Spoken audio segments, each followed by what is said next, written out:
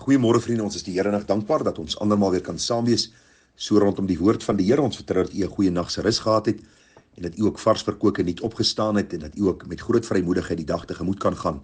En ons kan juist die dag met groot vrymoedigheid tegemoet gaan omdat ons weet dat vir hulle wat God liefhet, werk alles ten goeie mee vir hulle wat aan sy voorneme geroep is. Nou ons gaan aangaan met ons aktuele reeks vriende en ons gaan stil staan by deel 2 van ons boodskappe wat handel oor hoe verstaan en verklaar ons die 10 gebooie van die Ou Testament vir die Nuwe Testamentiese kerk of Christen van vandag. Daar is baie kontroversie oor hierdie saak, baie vrae wat gevra word. Die 4 sieninge wat daar bestaan is dat in die eerste plek dat die 10 gebooie glad nie van toepassing is op die kinders van die Here in die Nuwe Testament nie. Die ander groep wat weer sê jy moet die wet juis onderhou ten einde gered te word. Die ander groep wat sê jy moet die 4de gebod onderhou en die 4de gebod is die belangrikste. En ons het vir u gesê daar's 'n kerk gestig deur hierdie sogenaamde openbaring van God aan die vrou Ellen G. White en dit staan bekend as die Sewendaagse Adventiste kerk en hulle glo as jy hierdie 4de gebod onderhou, dan is jou pad eindelik geplavein na die hemel en sal jy die heerlikheid van God sien. Ek het vir u gesê dit is alles behalwe die waarheid en ons het kant gekies by die 4de siening wat vir ons sê dat ons word gered uit genade deur geloof. Die wet is ons stigmeester na Christus en hy is die een wat die wet volkome onderhou het sodat ons deur sy gehoorsaamheid en sy soendood aan die kruis gered kan word. Maar vriende, dan dra ons die vrug van die bekering en dit sluit die 10 gebooie in. Die vrug van die bekering is om dit te doen wat God vir ons sê. Nie te moor nie, nie dood te slaan nie, nie te begeer nie. God te eer as die enigste ware God ensovoorts ensovoorts. Ons sal bietjie meer in detail stil staan by elke gebod wanneer ons daarby uitkom. Maar ons moet vanmôre by deel 2 stil staan om vir u te sê waarom is die 10 gebooie vir die volk Israel gegee? Waarom dit nog van toepassing is op die Nuwe Testamentiese kerk en hoe dit ook relevant is vir ons tyd en dag.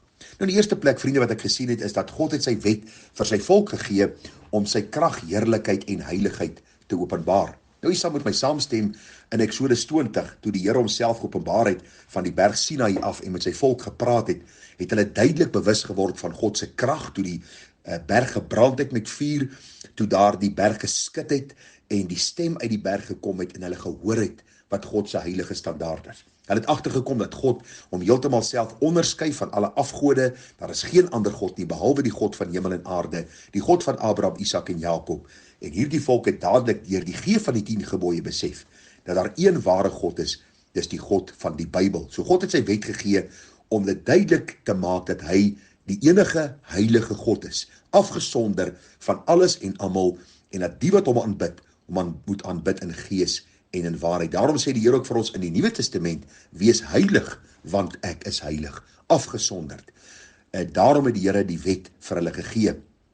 Nog 'n rede vriende waarom die Here die wet vir die volk gegee het, is sodat die volk 'n afgesonderde volk kan wees, heilig en eenkant gesit om deur die Here gebruik te word. Nou as u so 'n bietjie 'n studie gaan doen van die omgewing waarin Israel homself bevind het, was 'n omgewing wat vervuil was met afgodediens. Die Egiptenaars, die Kanaaniete, Ferisiete, Jewiete, Jebusiete en ag vriende, ons kan die volkere se name noem en hulle almal was vasgevang in afgodediens, beelde wat hulle gemaak het, verskillende afgode wat hulle aanbid het. En hierdie afgodediens, vriende, het hierdie mense so vasgevang dat hulle snaakse en vreemde en soms hartseer goed gedoen het om hulle gode tevrede te stel. Nou kom die Here en hy sê, ek is 'n heilige God, ek gee my wet aan julle sodat julle duidelik kan sien wat my standaard is en dat julle heilig kan lewe om vir die volkere te wys dat ek 'n heilige God is en vir my heilige volk eenkant gesit het. Die Nuwe Testament sê vir ons presies dieselfde. Ons vriende, sê die Bybel vir ons in die Nuwe Testament.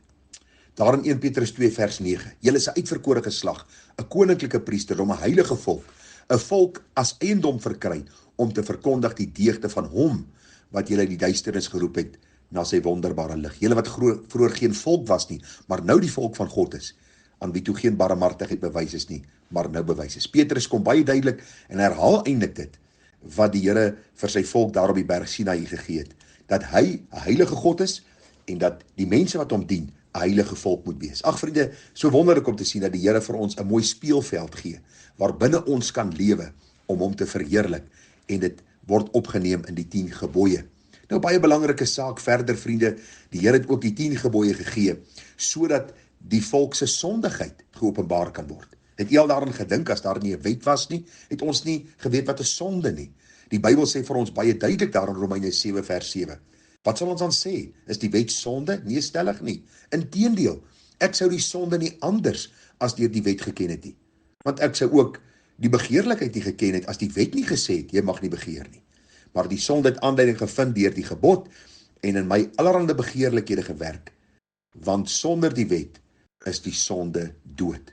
So wonderlik om te sien, dat die Here vir ons die wet gegee het, sodat ons ons eie sondige hart kan sien. Die Here sê ons mag nie steel nie, en deur die wet wat die Here gegee het, word ons bewus van ons sonde wanneer ons steel. Die wet sê ons mag nie begeer nie, en wanneer ons begeer, vriende, sien ons baie duidelik hoe die Here sy wet gebruik om vir ons te wys hoe sondig ons harte is, en hoe nodig ons die Here dan het. Vriende, baie belangrik, en ek wil daarmee afsluit vanmôre, wat ons moet sien, is dat die wet nog nooit gegee is om iemand te red nie. Hoor dit staan in Romeine 3 vers 19. Nou weet ons dat alles wat die wet sê, hy dit sê vir die wat onder die wet is, sodat elke mond gestop in die hele wêreld voor God doenwaardig kan wees, aangesien uit die werke van die wet geen vlees voor hom geregverdig sal word nie, want deur die wet is die kennis van sonde.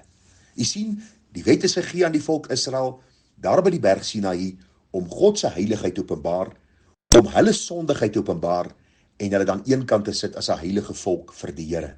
Maar die wet is nog nooit gegee, dat ons deur die onderhouding van die wet gered kan word nie. En dis, vriende, die debat wat in die kerk van die Here aangaan, en wat mense nie altyd verstaan nie. Mense dink as ons praat oor die wet, as ons die gebooie van die kansel lees, wanneer ons 'n samevatting van die wet van die Here doen Sondagoggende, dat ons nou wetties is, en dis glad nie die gedagte nie. Wat ons probeer sê is dat die wet vir 'n bepaalde doel gegee is, nie net vir die mense in die Ou Testament nie, maar ook vir die kerk in die Nuwe Testament, met die doel dat ons sondigheid kan sien, God se heiligheid kan sien ons kan nie opleef tot hierdie heilige standaard nie, en dan vlug ons na die een wat hierdie standaard volkome onderhou het, en dit is die Here Jesus Christus, wat vir ons sê, hy is die weg, en die waarheid en die lewe, en niemand kom by God die Vader uit, behalwe deur hom nie. Daarom verbly ons in die Here Jesus Christus, wanneer ons sien hoe hy ook 'n heilige lewe geleef het. Jesus self kom daar in Matteus 5 vers 17, en hy sê, moenie dink, ek het gekom om die wet en die profete te ontbind nie. Ek het nie gekom om te ontbind nie, maar om te vervul. En dit is so kosbaar om te sien hoe Christus die wet in sy volkomenheid vervul het. Die Bybel sê vir ons, hy was 'n hoëpriester. Hy was een wat vir sy broeders ingetree het, maar een sonder sonde. Hy was die heilige wat hierdie wet totaal onderhou het, en daarom het hy nie vir sy eie sonde aan die kruis gaan sterf nie, maar vir ons, sodat ons deur sy soendood aan die kruis gered kan word.